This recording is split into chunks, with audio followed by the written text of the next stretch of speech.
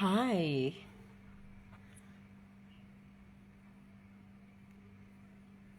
it's a Wednesday and I know I'm late. I know I'm late. Just wait for everyone. People start showing up.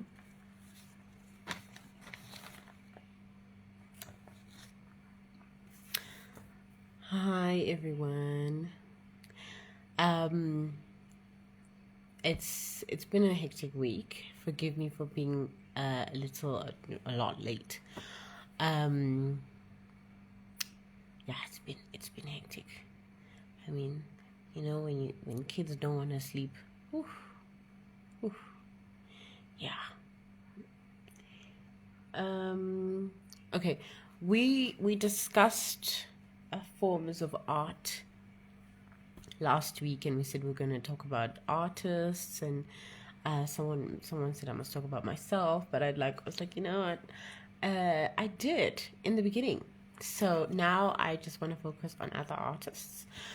And I'm still open for your suggestions on which artists do you think we should focus on and elaborate more on. I'm open to the suggestions that you guys have. Forms of art, we're talking about painting. That's the first form we're actually going to be discussing. It's going to be in parts because I will just be discussing different artists and would like to dive deep into their lives as well. And feel inspired. Maybe it's going to also help me, find a new ideas to come up with artwork that would inspire me in terms of where to start soul searching in terms of an artist. We're talking about Frida today.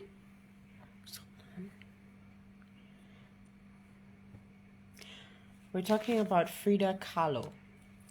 And she had a very sad but very interesting life that I feel like most artists have a very I'm talking about the artists of the past. I'm not sure about now, but I'm going to include myself in this. Have sometimes darkness in their life that draws out the art, and it was like that for me. It was my way out of so many other things I was going through, and it helped in the beginning. When I started it was more for creativity, enjoying it. I loved it. I really loved it. So I wanted to share it, but I was not ready to share it with the world. I was in with competitions at school, and I always won for the Christmas tree. But anyway, we're looking at Frida Kahlo, and she had a unique life, which I feel like her life and everything that happened to her and experience drawn into her. It was her art came out more when it was there. I think, yeah, because when I do my research, when I was doing my research, so my research come from Google, and I was doing my research and I was looking at her life story. And she was born in Culiacan, Mexico City, Mexico, on the 6th of July, 1907. She died in 13 July 1954, aged 47. That is young. That is young. That is young. That is young. But she had health complications which were caused during her lifetime. And that's the thing about life. It's you can plan. You can plan. And just hope that it will go as you plan. Because it won't always happen that way. You just hope for the best and expect the worst, which I feel like is how most of us live. Trying to adapt a positive way of thinking is is hard. It's doable, but it's hard. But you also have to work with what fate puts in front of you.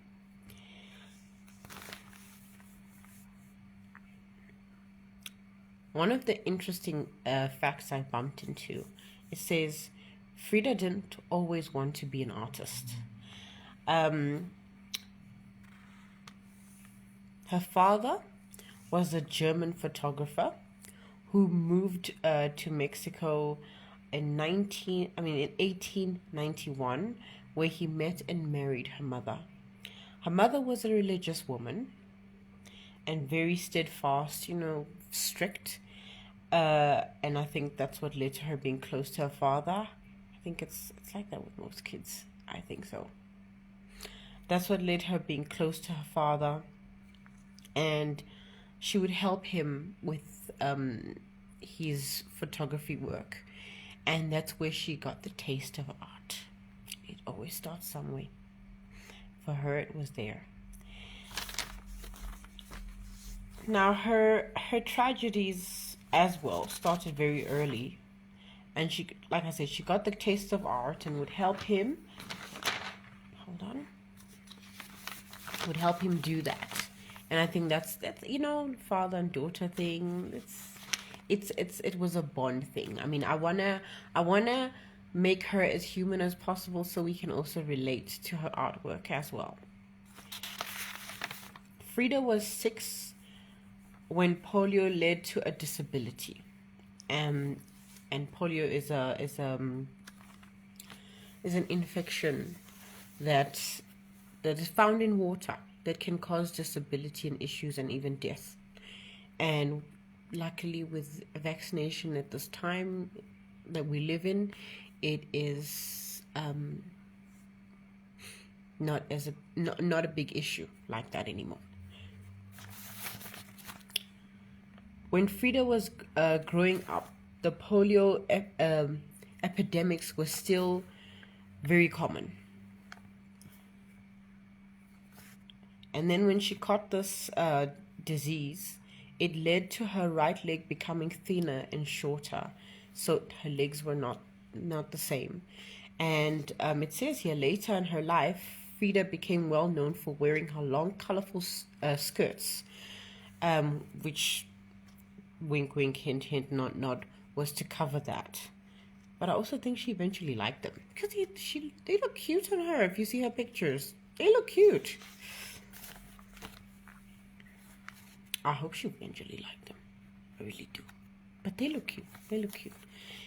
But it's sad how when you get to a certain, I'm just thinking in terms of certain disabilities, when it'll cause you to wear a certain way. I remember, I don't know if it was a teacher or a student, I'm not sure. But there was someone in my past that would wear these shoes were tailor-made, because the one leg was not the same size as the other, and I think it was a she. I'm trying to remember, but I'm not sure. So they would put like a thick heel on the one, so that it would match the other leg. Anyway, during this time, her dad would help her bounce back after her illness. It's good to have a support. Really good to have a support when you're going through a tough time. Her support system was her dad. And then later on in her life, she had a major accident when she was 18. She was traveling with her boyfriend, according to the research on Aram. She was traveling with her boyfriend on a wooden bus. It says a wooden bus. When it collided with a car, and this accident led her to nearly losing her life. The crash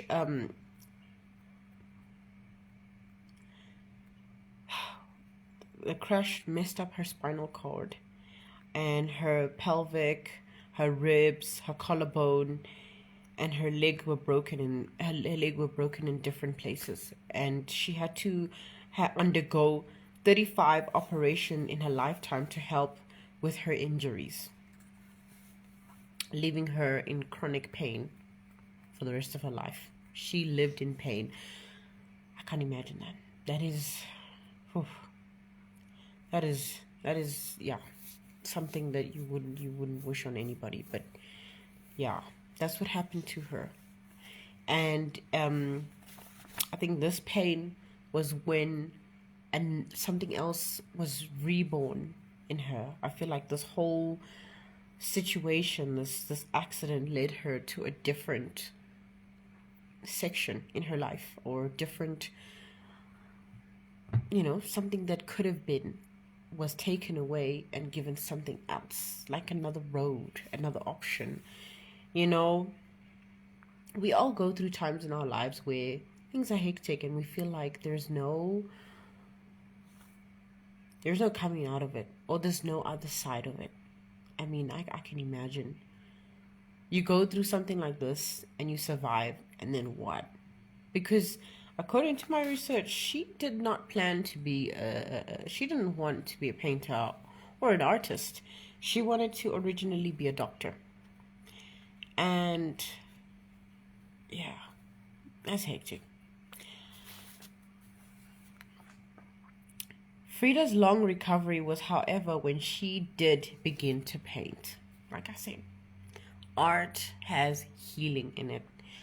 It opens up in so many ways parts of you that you don't even know you have. I mean, in a way, it's I would call it a spirit. In my opinion, it's a spiritual tool. It's a tool that anybody can benefit from. I mean, it became a tool that she needed to share her pain, her reality with the world. And that was brave of her. If you think about it, that was very, very brave of her, because in today's society, as much as we share, we don't share. And you understand what I mean by that. We share, but we don't share. She would sit in her bed with an easel, mostly painting self-portraits, by looking at herself in a mirror across the room.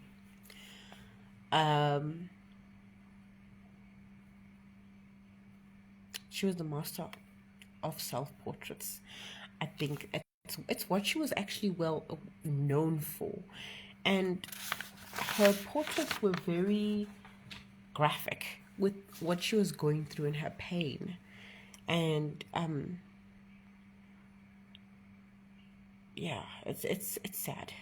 And it said during her life, Frida created 143 paintings, including 55 self-portraits. Frida said, "I painted myself because I am so often alone, and because I'm the subject I know best." One of her most famous paintings, The Broken Column, in 1944, by Frida Kahlo. I don't have the picture with me, but you can go and search it for yourself. And I want us to discuss it a little bit further. And I feel like there's more to that painting, because when I was doing the research, the whole nails on her body, and she would show a column and like opening her body and displaying her pain, her reality. And the background was, I don't know how to explain it. It's a very, I'm looking for the word. When you just look at something, an artwork, and it just either touches your soul, or you can feel the pain in it. Yeah, that was this one. Although I feel there's more we can discuss, but I will definitely try and get a picture of it so we can actually discuss more. So next week, a part 2 of Frida Kahlo. And we're going to talk more about this painting that I spoke of and the others, because when I was doing my research, the background, there's some symbols of spirituality in it, her beliefs. She was involved in politics, which I'd like to deep dive into the other parts and other aspects. I mean, she inspires me. I feel like if she can do that in her condition,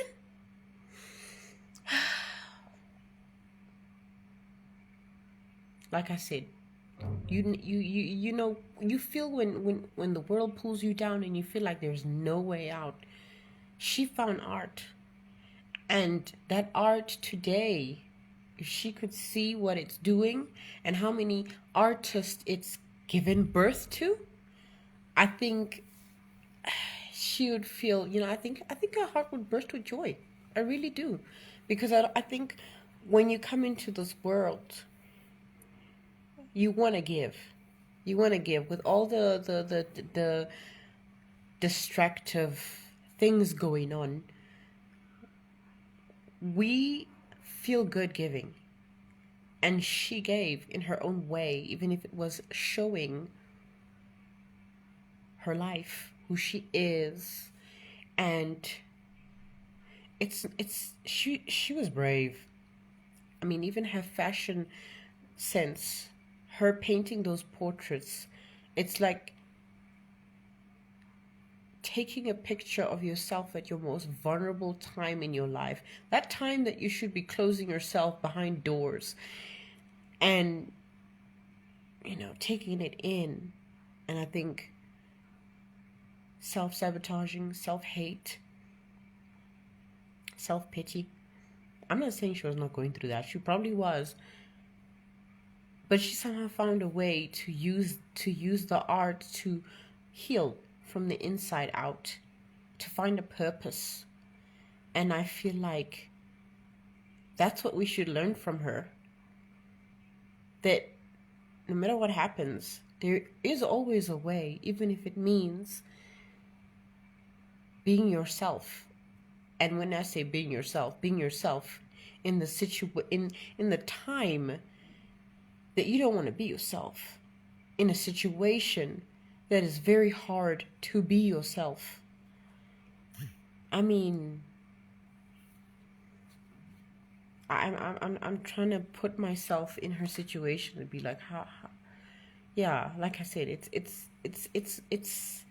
it's amazing. So I'd like to dive deeper into her artwork, her symbols in her artwork, and more on what we think we would have done if we were her, and admire her for her bravery and what she did, because it's not easy. It's not easy. Anyway, thank you all for joining me and being part of this. Have a great rest of your week. Bye.